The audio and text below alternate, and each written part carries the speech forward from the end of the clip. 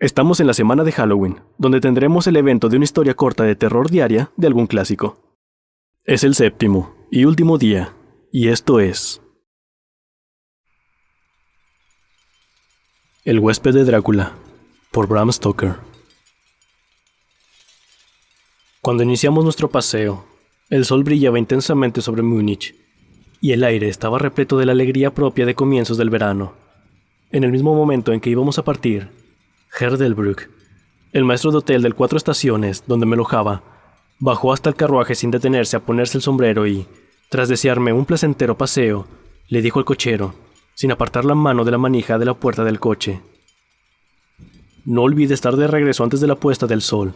El cielo parece claro, pero se nota un frescor en el viento del norte que me dice que puede haber una tormenta en cualquier momento, pero estoy seguro de que no se retrasará». Sonrió, pues ya sabe qué noche es.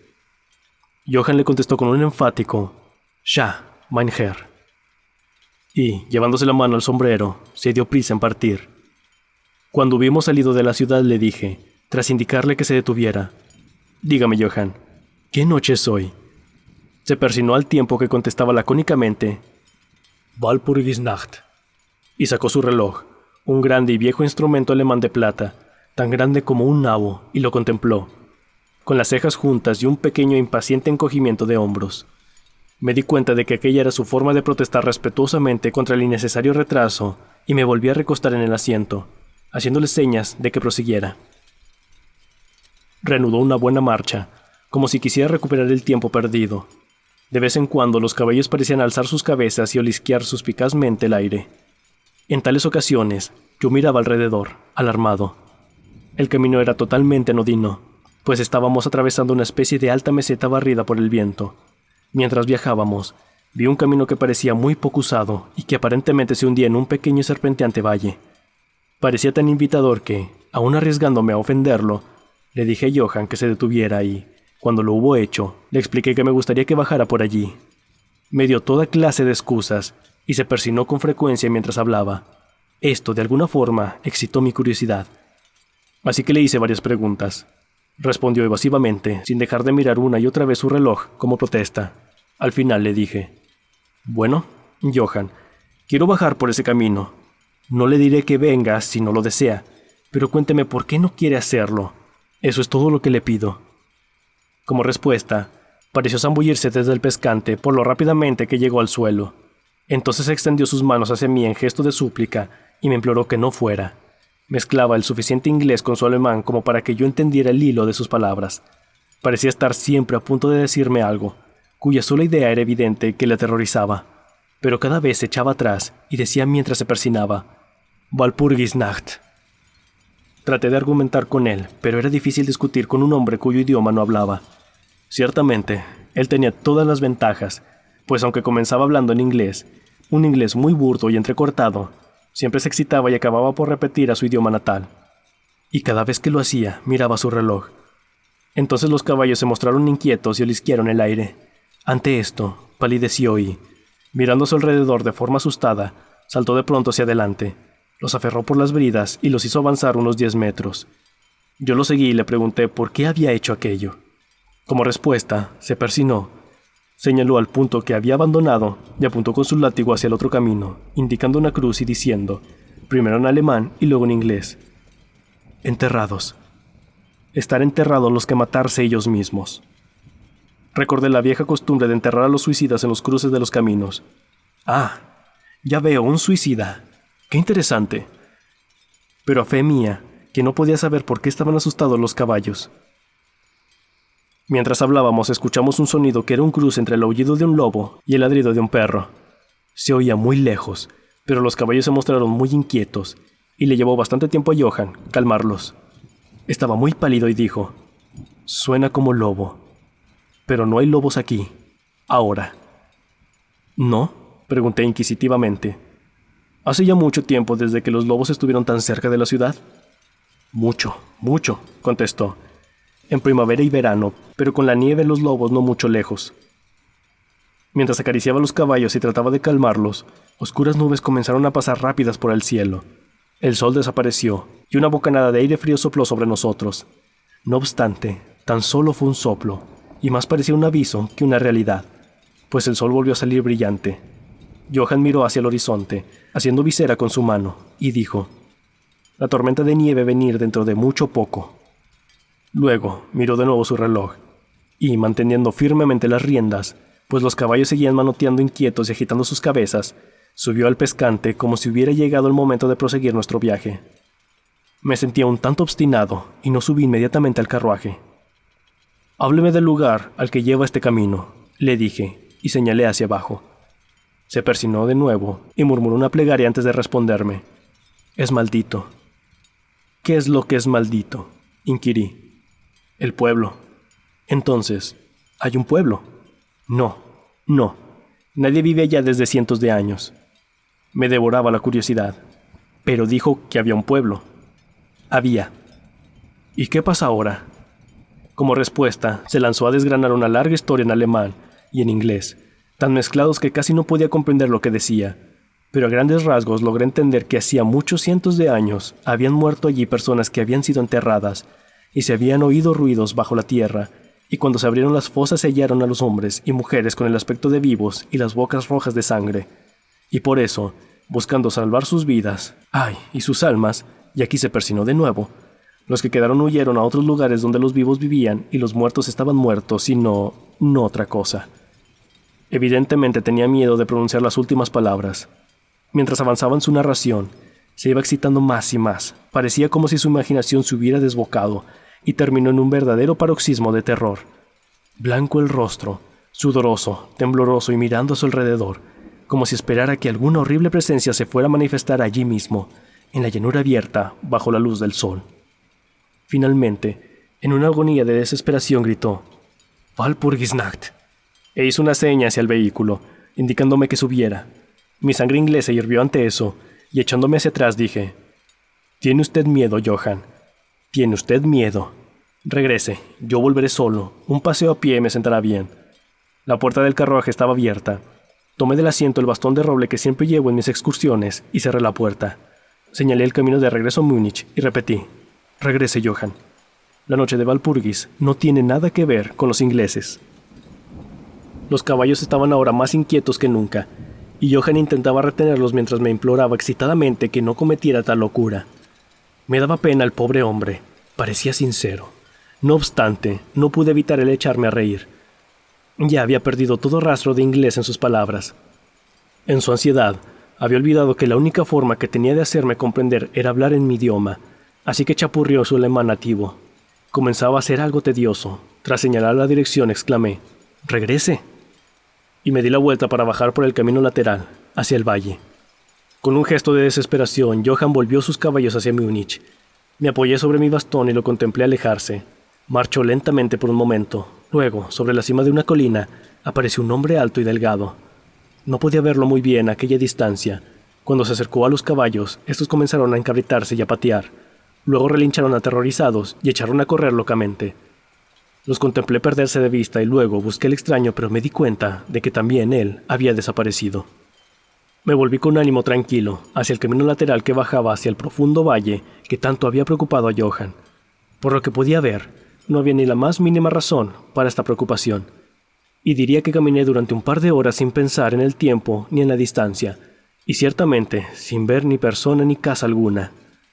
En lo que a aquel lugar se refería, era una verdadera desolación, pero no me di cuenta de esta particularidad hasta que, al dar la vuelta a un recodo de camino, llegué hasta el disperso lindero de un bosque. Entonces me di cuenta de que, inconscientemente, había quedado impresionado por la desolación de los lugares por los que acababa de pasar.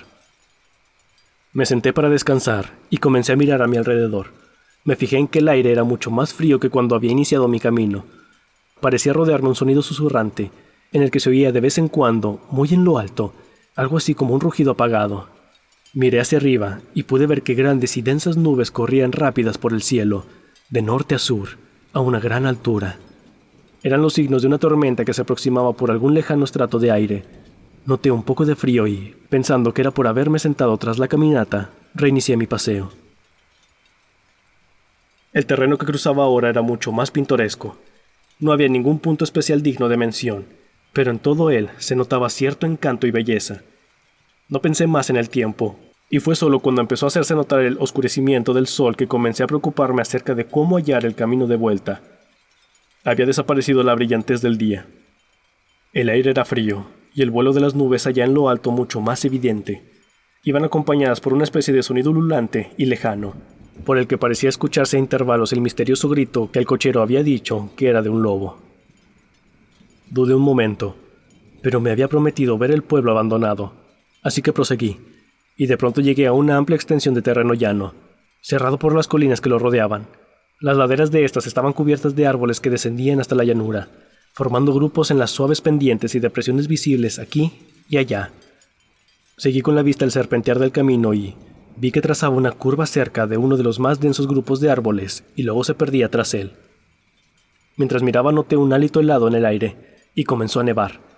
Pensé los kilómetros y kilómetros de terreno desguarnecido por los que había pasado y me apresuré a buscar cobijo en el bosque de enfrente. El cielo se fue volviendo cada vez más oscuro, y a mi alrededor se veía una brillante alfombra blanca cuyos extremos más lejanos se perdían en una nebulosa vaguedad. Aún se podía ver el camino, pero mal, y cuando corría por el llano no quedaban tan marcados sus límites como cuando seguía las hondonadas. Y al poco me di cuenta de que debía haberme apartado del mismo, pues dejé de notar bajo mis pies la dura superficie y me hundí en tierra blanda. Entonces el viento se hizo más fuerte y sopló con creciente fuerza, hasta que casi me arrastró. El aire se volvió totalmente helado y comencé a sufrir los efectos del frío a pesar del ejercicio. La nieve caía ahora tan densa y giraba a mi alrededor en tales remolinos que apenas podía mantener abiertos los ojos. De vez en cuando, el cielo era desgarrado por un centellante relámpago, y a su luz solo podía ver frente a mí una gran masa de árboles, principalmente cipreses y tejos completamente cubiertos de nieve. Pronto me hallé al amparo de los mismos y allí, en un relativo silencio, pude oír el soplar del viento, en lo alto. En aquel momento la oscuridad de la tormenta se había fundido con la de la noche, pero su furia parecía estar abatiéndose. Tan solo regresaba en tremendos resoplidos o estallidos. En aquellos momentos el escalofriante aullido del lobo pareció despertar el eco de muchos sonidos similares a mi alrededor. En ocasiones, a través de la oscura masa de las nubes, se veía un perdido rayo de luna que iluminaba el terreno y que me dejaba ver que estaba al borde de una densa masa de cipreses y tejos. Como había dejado de nevar, salí de mi refugio y comencé a investigar más a fondo los alrededores. Me parecía que entre tantos viejos cimientos como había pasado en mi camino, quizá hallara una casa aún en pie, que, aunque estuviera en ruinas, me diera algo de cobijo. Mientras rodeaba el perímetro del bosquecillo, me di cuenta de que una pared baja lo cercaba y, siguiéndola, hallé una abertura. Allí los cipreses formaban un camino que llevaban hasta la cuadrada masa de algún tipo de edificio. No obstante, en el mismo momento en que la divisé, las errantes nubes oscurecieron la luna y atravesé el sendero en tinieblas. El viento debió de hacerse más frío, pues noté que me estremecía mientras caminaba, pero tenía esperanzas de hallar un refugio, así que proseguí mi camino, a ciegas. Me detuve, pues se produjo un repentino silencio. La tormenta había pasado y, quizá, en simpatía con el silencio de la naturaleza, mi corazón pareció dejar de latir. Pero eso fue tan solo momentáneo, pues repentinamente la luz de la luna se abrió paso por entre las nubes, mostrándome que me hallaba en un cementerio, y que el objeto cuadrado situado frente a mí era una enorme tumba de mármol, tan blanca como la nieve que lo cubría todo. Con la luz de la luna llegó un tremendo suspiro de la tormenta, que pareció reanudar su carrera con un largo y grave aullido, como el de muchos perros o lobos. Me sentí anonadado, y noté que el frío me calaba hondo hasta parecer aferrarme el corazón. Entonces, mientras la oleada de luz lunar seguía cayendo sobre la tumba de mármol, la tormenta dio muestras de reiniciarse, como si quisiera volver atrás. Impulsado por alguna especie de fascinación, me aproximé a la sepultura para ver quién era y por qué una construcción así se alzaba solitaria en semejante lugar. La rodé y leí sobre la puerta dórica en alemán: Condesa Dollingen de Graz, en Estiria, buscó y halló la muerte, en 1801. En la parte alta del túmulo, y atravesando aparentemente el mármol, pues la estructura estaba formada por unos pocos bloques macizos, se veía una gran vigueta o estaca de hierro. Me dirigí hacia la parte de atrás y leí, esculpida con grandes letras cirílicas: Los muertos viajan deprisa. Había algo tan extraño y fuera del usual en todo aquello que me hizo sentir mal y casi desfallecí. Por primera vez empecé a desear haber seguido el consejo de Johan, y en aquel momento me invadió un pensamiento que, en medio de aquellas misteriosas circunstancias, me produjo un terrible estremecimiento. Era la noche de Walpurgis. La noche de Walpurgis en la que, según las creencias de millones de personas, el diablo andaba suelto, en la que se abrían las tumbas y los muertos salían a pasear, en la que todas las cosas maléficas de la tierra, el mar y el aire celebraban su reunión. Y estaba en el preciso lugar que el cochero había rehuido. Aquel era el pueblo abandonado hacía siglos. Allí era donde se encontraba la suicida, y en ese lugar me encontraba yo ahora solo, sin ayuda, temblando de frío en medio de una nevada y con una fuerte tormenta formándose a mi alrededor. Fue necesaria toda mi filosofía, toda la religión que me habían enseñado, todo mi coraje, para no derrumbarme en un paroxismo de terror. Y entonces un verdadero tornado estalló a mi alrededor. El suelo se estremeció como si millares de caballos galoparan sobre él, y esta vez la tormenta llevaba en sus gélidas alas no nieve, sino un enorme granizo que cayó con tal violencia que parecía haber sido lanzado por los míticos honderos baleáricos. Piedras de granizo que aplastaban hojas y ramas y que negaban la protección de los cipreses, como si en lugar de árboles hubieran sido espigas de cereal. Al primer momento corrí hasta el árbol más cercano, pero pronto me vi obligado a abandonarlo y buscar el único punto que parecía ofrecer refugio, la profunda puerta dórica de la tumba de mármol. Allí, acurrucado contra la enorme puerta de bronce, conseguí una cierta protección contra la caída del granizo, pues ahora solo me golpeaba al rebotar contra el suelo y los costados de mármol. Al apoyarme contra la puerta, ésta se movió ligeramente y se abrió un poco hacia adentro. Incluso el refugio de una tumba era bienvenido en medio de aquella despiadada tempestad, y estaba a punto de entrar en ella cuando se produjo el destello de un relámpago que iluminó toda la extensión del cielo.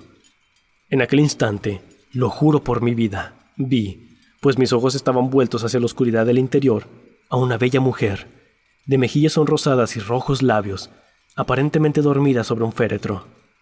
Mientras el trueno estallaba en lo alto, fui atrapado como por la mano de un gigante y lanzado hacia la tormenta. Todo aquello fue tan repentino que antes de que me llegara el impacto, tanto moral como físico, me encontré bajo la lluvia de piedras. Al mismo tiempo tuve la extraña y absorbente sensación de que no estaba solo. Miré hacia el túmulo, y en aquel mismo momento se produjo otro cegador relámpago. Me pareció golpear la estaca de hierro que dominaba el monumento y llegar por ella hasta el suelo, resquebrajado, desmenuzando el mármol como un estallido de llamas. La mujer muerta se alzó en un momento de agonía, lamida por las llamas, y su amargo alarido de dolor fue ahogado por el trueno. La única cosa que oí fue esa horrible mezcla de sonidos, pues de nuevo fui aferrado por la gigantesca mano y arrastrado, mientras el granizo me golpeaba y el aire parecía reverberar con el aullido de los lobos. La última cosa que recuerdo fue una vaga y blanca masa movediza, como si las tumbas de mi alrededor hubieran dejado salir los amortajados fantasmas de sus muertos, y estos me estuvieran rodeando en medio de la oscuridad de la tormenta de granizo. Gradualmente, volvió a mí una especie de confuso inicio de conciencia, luego una sensación de cansancio aniquilador. Durante un momento no recordé nada, pero poco a poco volvieron mis sentidos. Los pies me dolían espantosamente y no podía moverlos. Parecían estar dormidos. Notaba una sensación gélida en mi nuca y a todo lo largo de mi espina dorsal, y mis orejas, como mis pies, estaban muertas y, sin embargo, me atormentaban. Pero sobre mi pecho notaba una sensación de calor que, en comparación, resultaba deliciosa. Era como una pesadilla física, si es que uno puede usar tal expresión, pues un enorme peso sobre mi pecho me impedía respirar normalmente. Ese periodo de semiletargo pareció durar largo rato, y mientras transcurría debí de dormir o delirar. Luego, sentí una sensación de repugnancia, como en los primeros momentos de un mareo, y un imperioso deseo de liberarme de algo, aunque no sabía de qué. Me rodeaba un descomunal silencio, como si todo el mundo estuviera dormido o muerto, roto tan solo por el suave jadeo de algún animal cercano. Noté un cálido lametón en mi cuello, y entonces me llegó la conciencia de la terrible verdad, que me heló hasta los huesos e hizo que se congelara la sangre en mis venas. Había algún animal recostado sobre mí, y ahora lamía mi garganta.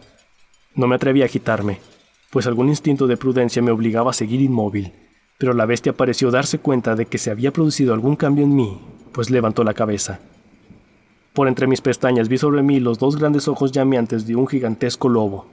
Sus aguzados caninos brillaban en la abierta boca roja, y pude notar su acre respiración sobre mi boca.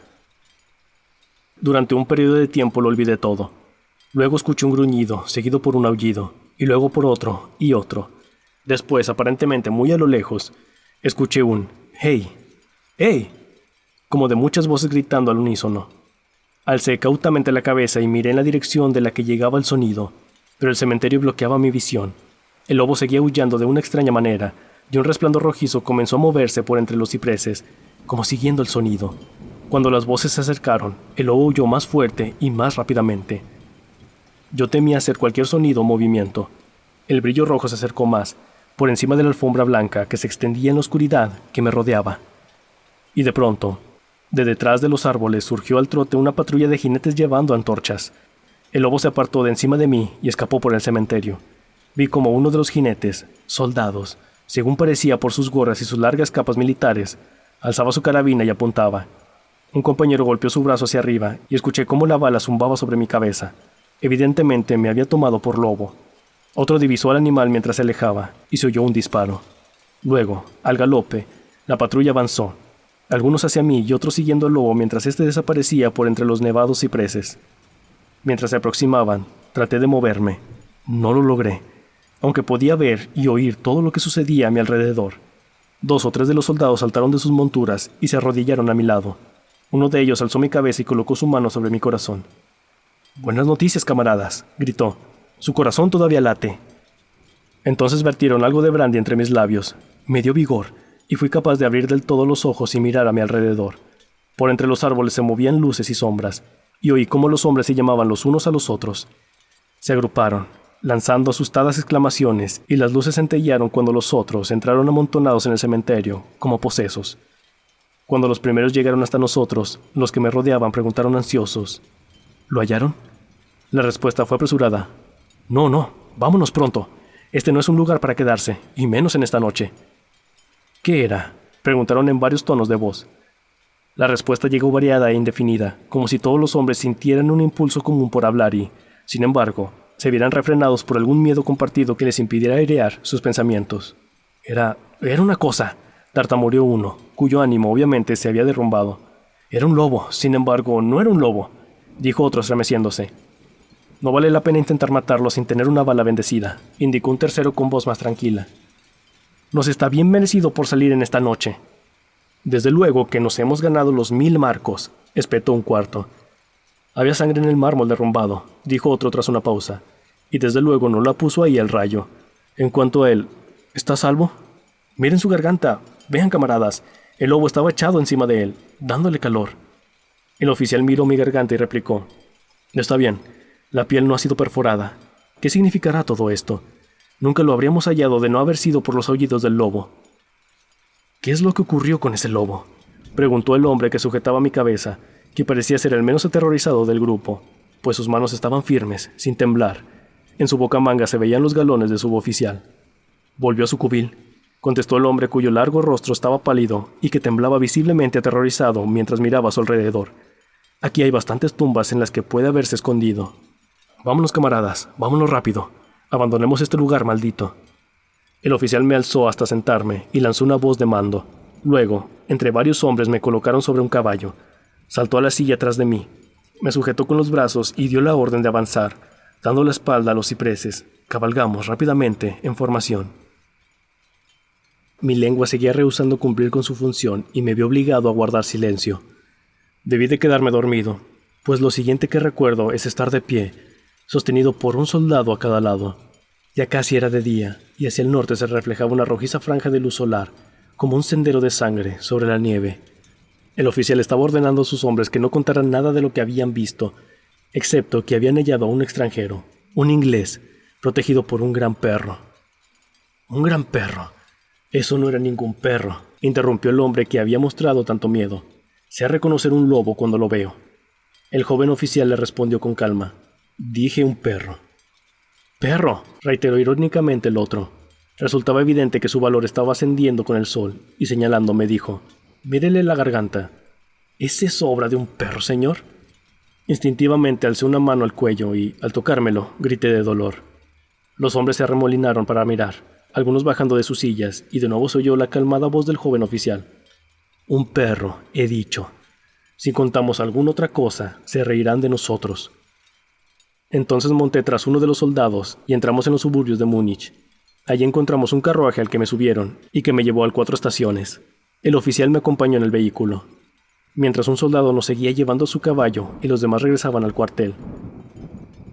Cuando llegamos, Herr Delbrück bajó tan rápidamente las escaleras para salir a mi encuentro que se hizo evidente que había estado mirando desde dentro.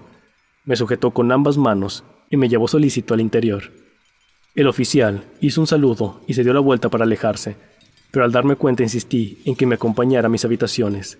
Mientras tomábamos un vaso de vino, le di las gracias efusivamente a él y a sus camaradas por haberme salvado. Él se limitó a responder que se sentía muy satisfecho y que Herr Delbrück ya había dado los pasos necesarios para gratificar al grupo de rescate.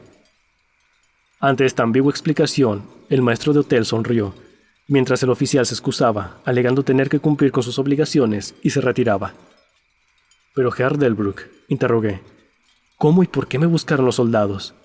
Se encogió de hombros, como no dándole importancia a lo que había hecho, y replicó, «Tuve la buena suerte de que el comandante del regimiento en el que serví me autorizara a pedir voluntarios». «Pero, ¿cómo supo que estaba perdido?», le pregunté. El cochero regresó con los restos de su carruaje, que resultó destrozado cuando los caballos se desbocaron. «¿Y por eso envió un grupo de soldados en mi busca?» «Oh, no», me respondió. «Pero antes de que llegara el cochero, recibí este telegrama del boyardo de que es usted huésped», y sacó del bolsillo un telegrama que me entregó y leí. «Bistritz.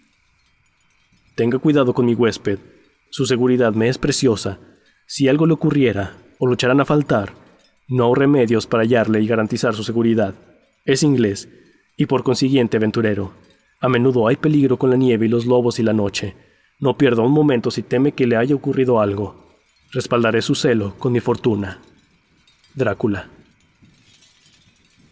Mientras sostenía el telegrama en mi mano, la habitación pareció girar a mi alrededor y, si el atento maestro de hotel no me hubiera sostenido, creo que me hubiera desplomado. Había algo tan extraño en todo aquello, algo tan fuera de lo corriente e imposible de imaginar, que me pareció ser, en alguna manera, el juguete de enormes fuerzas, y esta sola idea me paralizó. Ciertamente me hallaba bajo alguna clase de misteriosa protección. Desde un lejano país había llegado, justo a tiempo, un mensaje que me había arrancado del peligro de la congelación y de las mandíbulas del lobo.